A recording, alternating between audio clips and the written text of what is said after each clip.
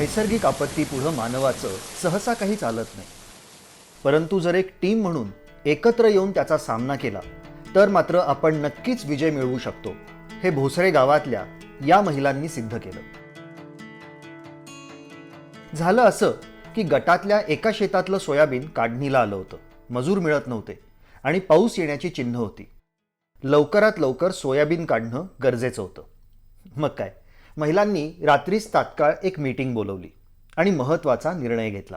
प्रत्येकीनं जमा व्हायचं. मग मारुतीच्या मंदिरापाशी आम्ही सगळ्या जमा झालो. म्हणलं आपण गाडी करायची आणि गाडीने जायचं. सगळ्या 22च्या 22 जणी क्षेत्र होस्तपर्यंत एकीनं देखील घरी जायचं नाही. दुसऱ्याच दिवशी महिलांची ही फौज सैनिकांच्या तुकडीप्रमाणे काम करू लागली.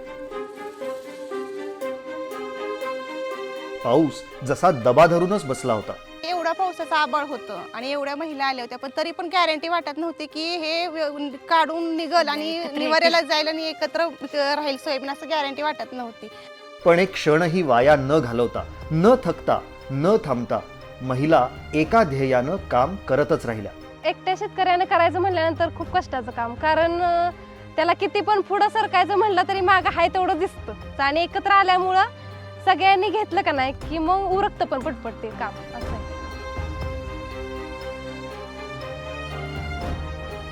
आणि पाहता पाहता सगळ्या रानातलं सोयाबीन काढलं गेलं. तर ते एक तर हसत खेळत झालं. आम्हाला कळलं पण नाही मागं कधी रानती असं म्हणजे काढून झालं, माहितीये का. 1 तास पण नाही लागला, मला वाटतं पाऊण तासातच आम्ही ते सगळं काढलेलं आहे. त्या आजीबाबांनाही बरं वाटलं, बाबा यांचं काम वेळेत झालं, पावसाच्या अगोदर झालं. जर ते समजा ते घरचे 4च जण असते तर त्यांना आज झालंच नसतं. ती गॅरंटी आहे 100% आली की कितीही पावसाला काही जरी झालं तर महिला आपलं सोयाबीन किंवा कोणतंही पीक असलं तर ते वाया जाऊन देणार नाहीत किंवा पावसाच्या ह्याच्यात गाहून देणार नाही ते सोयाबीन. हा विश्वास या महिलांनी स्वतःसाठी कमवलाय, टीम वर्क करून. पण भोसरे गावातल्या या महिलांच्या गटाचा आजवरचा प्रवास मोठा रंजक होता. अगदी सुरुवातीलाच आपला महिला शेतकरी गट तयार करण्यासाठी होत असलेला घरच्यांचा विरोध त्यांनी एकत्र येऊन मोडून काढला. गावातली लोक तर काय वेळेतच काढायला लागले आम्हाला, कारण की पुरुष लोक तर म्हणायला लागले की काय आम्ही एवढी शेती करतो, आम्हाला एवढे होत नाही, तुम्ही कसं करणार आहे. पण घरातल्यांचा विरोध होताच आम्हाला भरपूर. पण म्हणलं मी जाणार, करणार, महिला मला साथ देणार आहेत. मी तर म्हणलं ह्या गटात जाणारच आहे. तुम्ही किती पण नाही म्हटला तरी मी 100% ह्यात जाणारच आहे म्हटलं. त्यामुळं माझ्या वडिलांनी माझ्यासाठी सेपरेट 1 एकर माझ्यासाठी दिला. मग एकदम घट्ट बांधला गेलेला हा गट कामाला लागला. एकत्र निविष्ठा खरेदी करून त्यांनी आपला खर्चही वाचवला. आमच्यातल्या ज्या महिला आहेत ना, त्यांनीच सांगितलं की आपण एकत्र येऊनच सगळं घ्यायचं.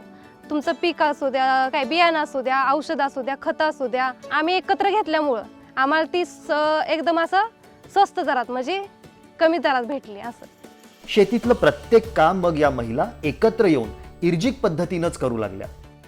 आम्ही पहिले पेरणी झाली की सूर्यफूल इर्जिक पद्धतीनं लावलं. ते मला 2 दिवस लागले असतील लावायला, ते 1 तासातच आम्ही लावून टाकलं.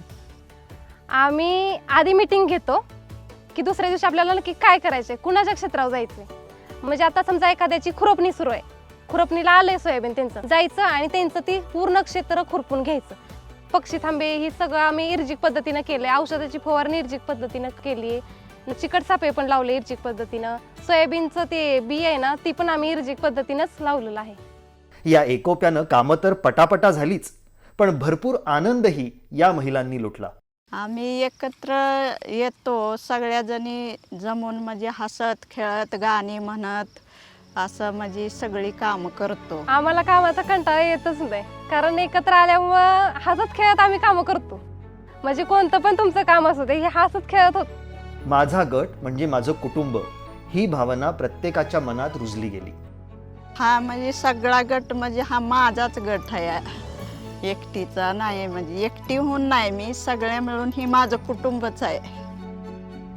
एकोप्याच्या भावनेनं टीमवर्क करत गट पुढं जाऊ लागला आणि अखेर घटका आली सत्यमेव जयते फार्मर कप स्पर्धा 2022च्या निकालाची.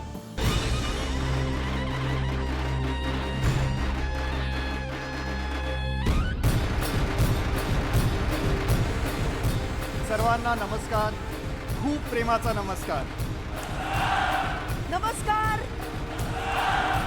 पुढचा तालुकास्तरीय विजेता गट आहे सरसेनापती प्रतापराव गुजर महिला शेतकरी गट भोसरे.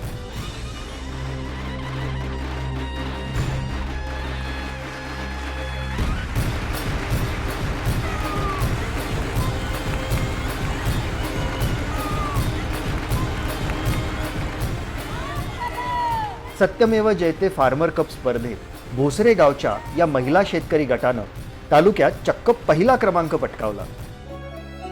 एकत्र येऊन एक टीम म्हणून काम करत अफाट कामगिरी करून दाखवणाऱ्या शेतकरी गटांच्या अशा अनेक कहाण्या फार्मर कप 2022 मध्ये पुढे आल्या.